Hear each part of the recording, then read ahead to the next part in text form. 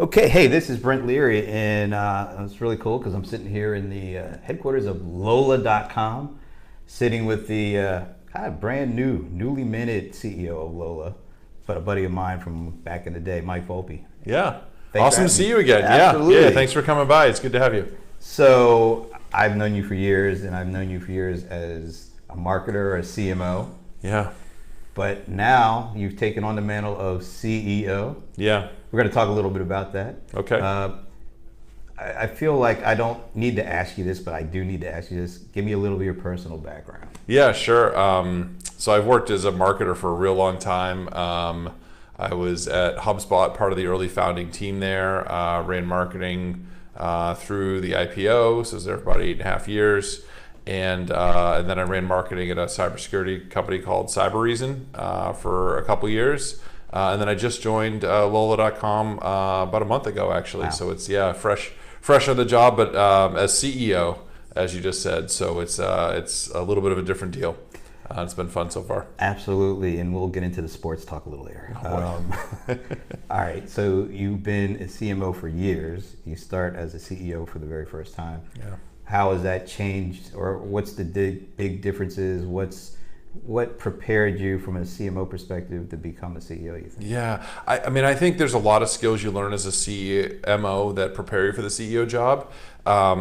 You understanding growth models, understanding different go-to-market models, and how those apply to different businesses. So depending what the price point that you're targeting, who you're selling to, how you think you're going to sell it, all those things affect how you should do your go-to-market. And if you have a strong marketing background, you understand all the different go-to-market models. So being able to pair those with the business and the strategy, I think, is one area that, as a marketer, you learn a lot about that helps you as a CEO. I think another one is around communications, right? And so both external communications and things like, PR and just what your messaging is, sales communications, but also internal as well. That's a gigantic stakeholder you have as a CEO, is the internal team, and understanding how to communicate well with them and things like that. And then finally, just on the leadership and management side, I mean, if you've grown your career in marketing and managed larger teams, then you've had an opportunity to, learn a lot of those skills. And that stuff obviously becomes, I'd say some of the differences become that you're managing things you're not an expert in anymore. So I am not an expert in engineering. I am not an expert in product design, but I am, responsible, for things like that, other parts of the company that I'm not as much of an expert in. So that's one big difference. And probably actually like the major difference, to be honest. Like there's some other things as well, but it's so I do actually think the CMO sort of job is a good grooming ground for CEOs. But it's definitely not the only thing that gets the job done. Like being the best CMO in the world is not going to necessarily get you the CEO job. All right. Talk a little bit about Lola. Yeah. So we simplify and make business travel better. So I think most companies have some sort of business travel solution. And the reason they have that is because the finance department wants some basic policies and controls to keep employees from making mistakes and overspending the company's money. And the other benefit of it is that employees get 24/7 VIP concierge support. So typically companies are willing to invest a little bit of money to give their employees the support that they need to have better experiences when things go wrong during business travel, because something always goes wrong. Yeah. And so we do both of those things, but we're sort of the new modern version of those things. We do what's called agile travel management. So all the existing systems are sort of take many weeks to implement. They're very expensive. They're not very flexible. Ours has, you can set up a travel policy in 5 minutes. It's very dynamic. It adapts pricing to local market conditions in local cities. It's just a much more agile approach to travel management.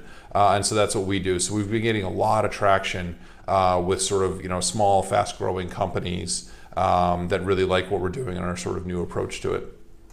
So I knew you from the beginning at HubSpot. Yeah. And that you were an early follower of HubSpot from the outside as like an analyst and things like that in the industry. You were actually like the first sort of CRM industry analyst to find HubSpot. So actually you should get major credit for that. I'll let the guys know. But you started from the ground up there, and it's been years ago now. But now Lola, you're kind of doing a bit of a return to form here. Yeah. But you're doing it as a CEO. Yeah. What can you give me some of the kind of compare contrast where you are now and how that was at HubSpot, and kind of figure out what kind of things are the same now being at a startup versus what it was back in the day with HubSpot? Yeah, sure. I think there's a bunch of things that are similar. Certainly, all the challenges going from from 0 to 1 and sort of figuring out that really, really early stage stuff is very similar. We're definitely doing a bunch of things right now that are not scalable because it just doesn't matter, because you're just trying to get a bunch of traction and get things off the ground and get things going. And I remember those days at HubSpot. It then, at any successful company, it then shifts into okay, well, how do we make this team 10 times bigger? How do we grow, now that we've figured out sort of the model, and then you start to worry about efficiency and scalability and things like that. But we're definitely at that first stage. I think we're going to very quickly move into that second stage, but we're not quite there yet. So there's definitely a lot of similarities from like the theme and things like that. I'd say some of the differences are, the early days at HubSpot, we had a much more balanced organization, like an equivalent number of people in sales and marketing versus product. Mm-hmm. Here, Paul English, the founder of Lola.com, he came from he had founded Kayak, really strong on product and engineer. He's an engineer by training, has a lot of ideas in product and product design as well, and he's built a very large and effective product organization here. But we really haven't built out nearly as much on the sales and marketing side. So if I had to say, I'd say, we've done very well on building out the product and engineering side, and we have more work to do on the sales and marketing side. Versus, I came in early on in HubSpot. Mark Roberge came in, who led sales, came in shortly after me, and so I think we were just a little bit more balanced there. So we've got some catch up to do on the sales and marketing side. So I'd say that's definitely one difference. That's going to be interesting because that marketing is where you've lived for so long. Yeah.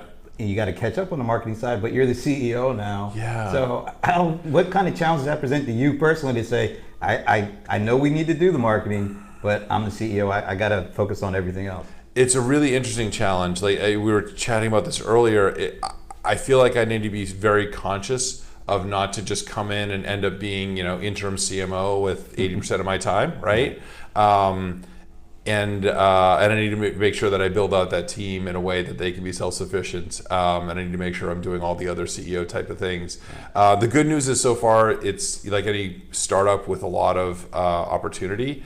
There are so many things that are on my list to do that there's no shortage of work, and I'm being forcibly pulled into all the CEO related things, which is good because it's forcing me to spend a minority of my time on marketing, which is also forcing me to make sure I spend some time on hiring in order to get things going. But yeah, I think any first time CEO, you have a bad habit would be to go back into like the area of your functional expertise and spend a lot of time there. Mm-hmm. So I need to be really conscious of that, as any sort of first timer I think does. Yeah. All right, so I gotta get into a little of the sports stuff here. Oh boy. Yeah. Oh boy. You're a big Boston sports fan. You are too, I think. I'm about as anti-Boston sports as you.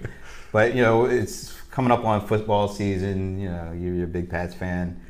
I, on the other hand, Rams fan. And I was just so happened, I kind of like to look at the predictions that are going to come in the 2018 season, and Peter King put out his predictions. Now, I'm not a big, usually I'm not a big follower of Peter King or any of his prognostications, but he did. But this one apparently caught your eye. Well, it kind of caught my attention. So he had a prediction for who's going to end up in the Super Bowl this year. Oh, okay. And Patriots. That's not going out on them. No, it's a little bit of a I think they're not exactly the strongest team they've ever had, but they're.